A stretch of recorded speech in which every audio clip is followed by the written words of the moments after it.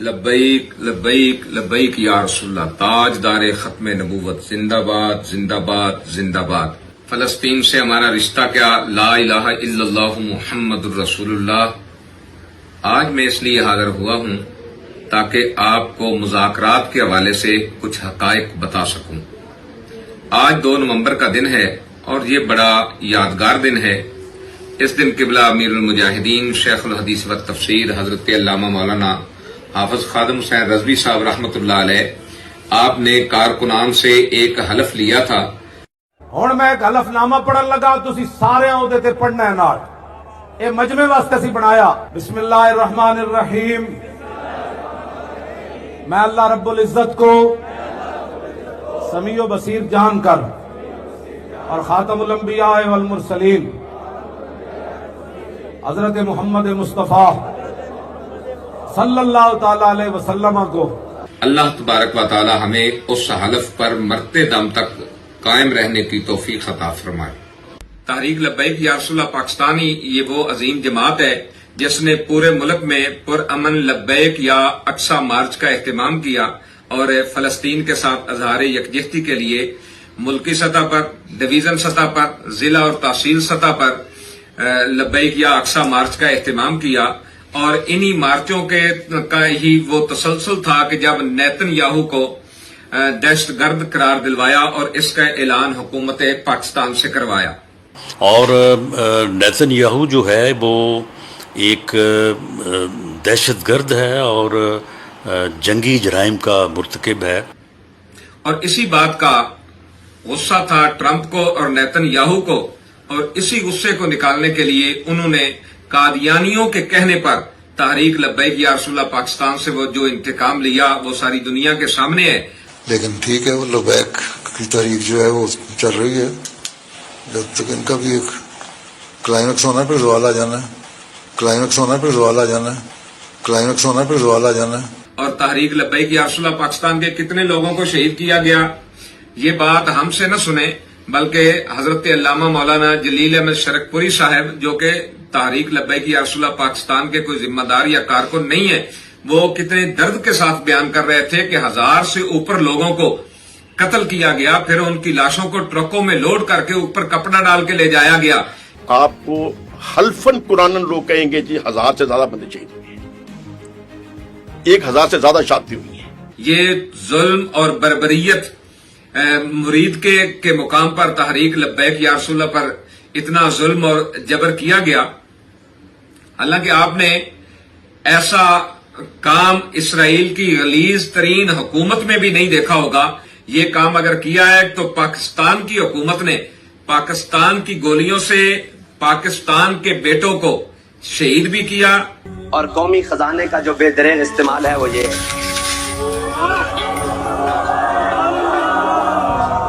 اور یہ ظلم پوری دنیا نے میڈیا کے ذریعے دیکھا، اور اگر آپ یہ ظلم اور جبر ہٹائیں، دنیا سے خوف دور کریں، تو اس کی ویڈیوز آپ کے سامنے آنا شروع ہو جائیں گی۔ اور میں بہت حیران ہوا کہ جب علماء کی موجودگی میں قاتل اعلی پنجاب محترمہ جناب مریم نواز صاحبہ یہ کہہ رہی تھیں کہ اگر 600 بندے مرے ہیں تو دکھاؤ لاشیں کہاں ہیں۔ محترمہ، ہم تو یہ سمجھے تھے کہ آپ کو صرف پانی نظر نہیں آتا اور آپ یہ پوچھتی ہیں کہ شعیب بتاؤ پانی کہاں ہے، تو آپ کو تو 1000 سے اوپر لاشیں بھی نظر نہیں آ رہی، اور خون میں تڑپتے ہوئے وہ 1000 سے اوپر عاشقان رسول وہ بھی آپ کو نظر نہیں آ رہے۔ ویسے حد ہے آپ کے جھوٹ کی، اتنی ڈٹائی سے جھوٹ تو شاید نیتن یاہو بھی نہ بولتا ہو جتنی ڈٹائی کے ساتھ تم جھوٹ بول رہی ہو۔ اور پھر تمام پاکستانیوں کے دل سانحہ مرید کے سے دکھی ہیں۔ اور اسی پر ایک اور ظلم ہوا کہ لوگوں کے گھروں کو توڑا گیا، مساجد کو سیل کیا گیا، مدارس کو سیل کیا گیا، اور پھر ماں باپ کے سامنے بچوں کو باندھ کے پانی کے ڈرموں میں ڈبکیاں لگوائی گئی تاکہ ان کے والدین لا تعلقی کا اظہار کریں۔ اور جب یہ ظلم ہوا تو لوگوں کو بٹھا کے ان سے پریس کانفرنس کروائی گئی۔ اور میں کارکنان سے کہوں گا جو تحریک لبیک یا رسول اللہ پاکستان کے کارکنان ہیں کہ جنہوں نے لا تعلقی کا اظہار کیا ہے ان کو تان و تشنیع کا نشانہ نہ بنائیں، کیونکہ جو لبیک یا رسول اللہ کہنے والا ہے وہ کبھی دل سے منحرف نہیں ہوتا، اور میں سلام پیش کرتا ہوں ان کارکنان کی عظمت و شان کو جو ہر ظلم اور جبر سہ کر بھی جنہوں نے تحریک لبیک یا رسول اللہ پاکستان سے لا تعلقی کا اظہار نہیں کیا، بلکہ آج بھی وہ اپنے موقف پر ڈٹے ہوئے ہیں اور کھڑے ہوئے ہیں اور لا تعلقی نہیں کر رہے۔ اللہ رب العزت ضرور ہماری مدد فرمائے گا اور انشاءاللہ ایک دن یہ ظلم کی سیارات ختم ہوگی اور انشاءاللہ وہ سورج طلوع ہوگا جو نظام مصطفیٰ صلی اللہ علیہ وسلم کا اعلان کرتے ہوئے طلوع ہوگا، اور ہم دیکھیں گے کہ دنیا کہے گی دیکھو دیکھو کون آیا، محمد عربی کا دین آیا۔ اب میں آپ کو مذاکرات کے حوالے سے بتاتا ہوں کہ مذاکرات میں کیا ہوا، کہ میں خود بھی مذاکراتی ٹیم میں شامل تھا۔ آپ حیران ہوں گے کہ مذاکرات تو ہوئے ہی نہیں۔ آپ اگر غور سے دیکھیں اور سنیں جو سوشل میڈیا پہ آیا تو ایک حکومتی نمائندہ کہہ رہا ہے جی مذاکرات ہوئے ہی نہیں، محسن نقوی کہہ رہا ہے جی آخری رات تک مذاکرات ہوئے ہیں۔ کہ جو لوگ کہتے ہیں کہ مذاکرات نہیں ہوئے، مذاکرات ان کے نکلنے سے پہلے سے لے کے آخری منٹ تک ہوتے رہے۔ دیکھیں میرے علم میں نہیں ہے، لیکن جہاں تک میری انفارمیشن ہے کہ مذاکرات والی بات تو درست نہیں ہے، کوئی مذاکرات نہیں ہوئے، البتہ رابطے ضرور ہوئے ہیں۔ تو یہ حکومتی نمائندے بات کر رہے ہیں، ایک کہہ رہے ہیں مذاکرات ہوئے، ایک کہہ رہا ہے مذاکرات نہیں ہوئے۔ تو مذاکرات کے بارے میں اگر کسی نے بات کی بھی ہے تو آپ اگر غور سے سنیں گے تو وہ کہے گا کہ آخری رات تک وہ یہی کہہ رہے تھے کہ یہ ان آفیشل مذاکرات ہوں گے۔ تو کیا آپ اس کو مذاکرات کہیں گے؟ مذاکرات تو وہ ہوتے ہیں کہ جو وہ آفیشل ہوں اور بندے با اختیار ہوں۔ تھوڑی دیر کے لیے آپ اس کو مذاکرات کا نام دے لیں، کہہ لیں کہ یہ مذاکرات تھے، رات کے آخری پہر ہمیں بلایا گیا، اور آپ کو پتہ ہے آج کل مغرب بھی تقریباً 5:45 ہو جاتی ہے، سردیوں کی رات ہے، اور رات ہمیں تقریباً 1 بجے مذاکرات کے لیے بلایا گیا۔ مذاکراتی ٹیم وہاں پر پہنچی مذاکرات کے لیے، تو وہاں جو ذمہ داران بیٹھے تھے ان کے ساتھ ہم نے گفتگو شروع کی۔ جب گفتگو شروع کی تو انہوں نے کہا بس گفتگو اور مذاکرات یہی ہے کہ آپ فوری طور پر اعلان کریں، اس کو ختم کریں اور جائیں۔ ہم نے کہا یار ایسے تو نہیں ہوتا، اور آپ نے مارچ شروع ہونے سے پہلے ہی ہماری 2 لاشیں گرا دی۔ انہوں نے کہا جی ہم اور کوئی بات نہیں کریں گے، آپ اس کو ختم کریں، وائنڈ اپ کریں، اس کا اعلان کریں اور جائیں۔ ہم نے کہا چلو ٹھیک ہے، ہم معاملات کو الجھانا نہیں چاہتے تھے۔ ہم نے کہا ٹھیک ہے بات تو کریں ہمارے ساتھ، آپ نے ہمارے اتنے بندے شہید کر دیے، ہمارا جرم کیا تھا؟ ہم تو صرف اظہار یکجہتی کے لیے نکلے تھے، ہم نے کوئی لڑائی جھگڑے والی بات کی ہے، کوئی ایسا معاملہ تو ہم نے کیا نہیں ہے۔ جب ہم نے ان کی صورتحال دیکھی کہ یہ تو کسی بات پہ نہیں آ رہے تو ہم نے کوشش کی کہ شاید ہم ان کو بات سمجھانے میں کامیاب ہو جائیں۔ ہم نے ان سے کہا کہ بھائی ہمارا امریکن ایمبیسی کوئی جانا ضروری نہیں ہے، یہ ہم پہ فرض واجب بھی نہیں ہے، اگر جیسے آپ کہہ رہے ہو ملک کے حالات خراب ہیں تو ہم یہیں پر اس کو وائنڈ اپ کر دیتے ہیں، اس میں کیا حرج ہے؟ قریب تھانوں میں ہمارے بندے ہیں، ان کو آپ چھوڑ دیں، ہم فاتح شریف پڑھیں گے شہداء کے لیے اور غزہ کے شہداء کے لیے، اور فاتح شریف پڑھ کے ہم لوگ چلے جائیں گے۔ تو میں الفن کہتا ہوں کہ وہ جو مذاکرات کے لیے بیٹھے تھے انہی میں سے ایک بندے نے کہا کہ جی اس کا تو ہمارے پاس اختیار ہی نہیں ہے۔ اب آپ اندازہ کریں کہ جو مذاکرات کے لیے بیٹھے ہیں ان کے پاس اتنا بھی اختیار نہیں ہے، تو آپ اس کو مذاکرات کہیں گے؟ کیا کہیں گے اس کو؟ پھر ہم نے کہا کہ ہمیں آدھے گھنٹے کی مہلت دیں تاکہ ہم اپنے امیر محترم سے بات کر کے واپس آ جائیں۔ تو انہوں نے کہا ٹھیک ہے آپ لوگ جلدی جائیں۔ ہم نے گاڑی نکالی اور تیزی سے چلتے گئے۔ جو بات ہوگی وہ ہم سچ کریں گے کہ جب ہم پولیس کے ناکے پر پہنچے تو انہوں نے ہمیں روک لیا۔ پھر ہم نے مذاکراتی کمیٹی سے رابطہ کیا جس میں ہوم سیکرٹری بھی تھے، چیف سیکرٹری بھی تھے اور بھی ساتھی تھے۔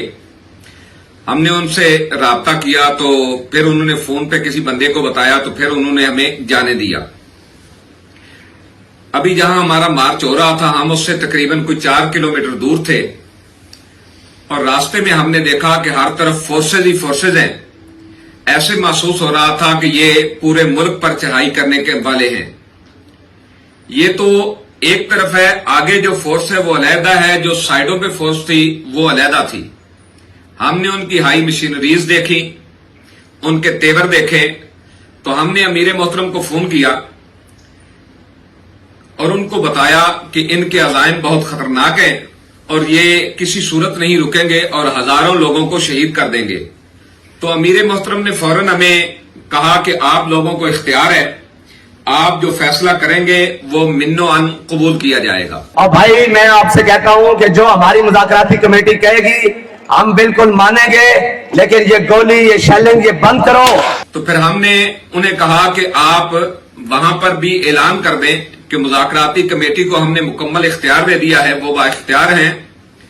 تو وہاں پر اعلان امیر محترم نے بھی فرمایا اور حضرت علامہ مولانا فاروق الحسن صاحب جو کہ رکن شورا ہیں انہوں نے بھی اعلان کیا, جس اعلان کو پوری دنیا نے سنا. ہم نے پھر مذاکراتی کمیٹی سے رابطہ کیا کہ اب آپ صرف 10 سے 15 منٹ کے لیے فورسز کو پیچھے کر دیں, ہم آپ کے پاس آتے ہیں, ہمارے پاس اختیار ہے, ہم یہ ختم کرنے کا اعلان کر دیتے ہیں. اتنے میں شیلنگ شروع ہو گئی اور بہت خطرناک طریقے سے انہوں نے شیلنگ شروع کی. تو ہم نے فون کر کے کہا کہ آپ شیلنگ بند کروائیں, ہم آپ کے پاس آ کر بیٹھ کر یہاں سے اعلان کر دیتے ہیں, اس کو ختم کر دیتے ہیں. تو انہوں نے پہلے تو انکار کیا کہ کوئی شیلنگ نہیں ہو رہی, پھر اتنی دیر میں فائرنگ بھی شروع ہو گئی اور یہ سب کچھ ہمارے سامنے ہو رہا تھا. فائرنگ ہمارے سامنے ہو رہی تھی, شیلنگ ہمارے سامنے ہو رہی تھی, وہاں دھوئیں کے بادل اٹھ رہے تھے. تو پھر انہوں نے کہا کہ اب آپ کو ہمارے پاس آنے کی ضرورت نہیں ہے. تو ہم نے کہا کہ صحیح ہے, ہم آپ کے ساتھ بیٹھے بغیر ہی سٹیج پر جا کر ختم کر دیتے ہیں. ہم نے کہا کہ خدارا یہ ظلم رکوائیں. تو وہ کہنے لگے کہ کچھ نہیں ہو رہا. پھر شہادتوں پر شہادتیں ہو گئیں اور انہوں نے ہماری کوئی بھی بات نہیں مانی. اور پھر پوری دنیا نے یہ منظر دیکھا کہ کس طرح سفاکانہ اور ظالمانہ طریقے سے انہوں نے لاشیں گرا دی. جو ہمارے لوگ شہید ہوئے وہ یقیناً راہ فلسطین کے شہداء ہیں اور یہ شہدائے ختم نبوت ہیں, کیونکہ قادیانی یہ چاہتے تھے کہ تحریک لبیک والوں کی آواز کو بند کر دیا جائے. مذاکرات کے دوران بھی مذاکراتی ٹیم کے ایک بندے نے کہا کہ قادیانیوں کی راہ میں جو سب سے بڑی رکاوٹ ہے وہ آپ ہیں. ہمیں نہیں پتا تھا کہ کچھ ایسے افراد ہیں, کچھ ایسے قادیانی پیچھے ہیں جو پش کر رہے ہیں اور پنجاب حکومت ہمارے اوپر یہ ظلم کے پہاڑ ڈال رہی ہے. بہرحال ٹرمپ کو, نیتن یاہو کو خوش کرنے کے لیے اور قادیانیوں کو خوش کرنے کے لیے یہ سب کچھ کیا گیا. تحریک لبیک یا رسول اللہ پاکستان کا قتل عام کیا گیا. اللہ رب العزت تمام کارکنان کو محفوظ رکھے اور اللہ تبارک و تعالی حفاظت فرمائے. ہم تو اہل فلسطین کے لیے اخلاص کے ساتھ درود و سلام پڑھتے ہوئے نکلے تھے, اور میں مسلمانوں کو یہ کہوں گا کہ کوئی کافر تو یہ نہیں کہے گا کہ مسلمانوں اٹھو, شرم کرو, میدان عمل میں آؤ اور آ کے دنیا کو بتاؤ کہ ٹرمپ نے پہلے بھی ایک معاہدہ کروایا تھا اور پھر اس معاہدے سے مکر گئے. اب دوبارہ یہ جو معاہدہ ہوا ہے آپ اتنا احتجاج کرتے, میدان عمل میں آتے تاکہ دوبارہ اس معاہدے سے وہ پھر نہ جاتے. لیکن آج دیکھ لیں, آج بھی وہ معاہدے سے پھر گئے. انہوں نے معاہدے سے جو ہے معاہدے کی خلاف ورزی کر دی. اور میں یہ پوری پاکستانی قوم سے کہوں گا کہ وہ مرتے دم تک اس خون لیگ سے یہ سوال کرتی رہے کہ جو غزہ کے ساتھ اظہار یکجہتی کے لیے نکلے تھے ان کا خون تم نے کیوں بہایا, تم نے گولی کیوں چلائی, آخر کیا جرم تھا ان لوگوں کا کہ جن کے پاس کوئی اسلحہ نہیں, کوئی کچھ نہیں ہے, لیکن تم ان پر سیدھی گولیاں برسا رہے ہو. یہ فقط ٹرمپ اور نیتن یاہو کی خوشنودی کے لیے کیا گیا ہے. مجھے بتائے گولی کیوں چلائی.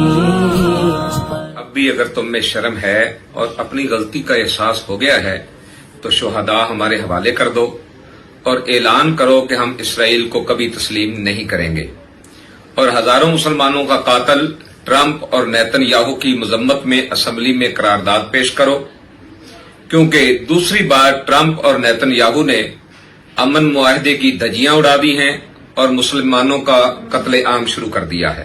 تحریک لبیک یا رسول اللہ پاکستان کے کارکنان سے یہ کہوں گا کہ اللہ رب العزت سے کامل امید رکھیں, انشاءاللہ العزیز وقت ضرور بدلے گا اور جب یہ وقت کا پہیہ گھومے گا تو انشاءاللہ العزیز یہی ظالم شکنجے میں آئیں گے. اور آخر میں ان تمام لوگوں کا شکریہ ادا کرنا چاہتا ہوں کہ جنہوں نے ہمارے شہداء کو یاد رکھا، اصال ثواب کیا.